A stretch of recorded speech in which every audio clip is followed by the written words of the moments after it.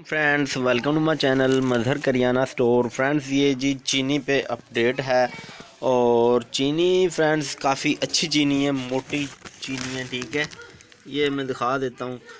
अच्छा जी, चीनी जी इस तरह ना सही तरीके से नज़र आती नहीं है बाकी, लेकिन ये है कि मोटी चीनी है, ये अच्छे वाली चीनी। ठीक है, और कुछ नज़र आ भी रही होगी आपको। ठीक है, ये देखें तो ये जी चीनी का जो रेट है आज का जी, बोरी का जो रेट है फ्रेंड्स 6,930 रुपये जी बोरी का रेट है।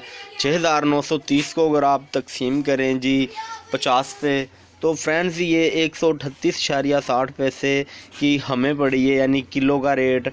और आगे जी हम इसको अगर कोई किलो चीनी लेगा तो 145 रुपये किलो देंगे। और अगर फ्रेंड्स कोई आधा किलो लेगा, 20 की, 30 की, 40 की लेगा, तो फ्रेंड्स फिर 150 रुपये किलो ही इसका रेट लगेगा। फिर 150 रुपये किलो सेल करेंगे। अगर कोई किलो लेगा तो फिर इसको 145 रुपये किलो सेल करेंगे। तो बाकी फ्रेंड्स अब तक की यही अपडेट है, और भी ऐसी अपडेट्स के लिए हमारे चैनल को सब्सक्राइब कर लें। Thanks for watching. अल्लाह हाफिज़।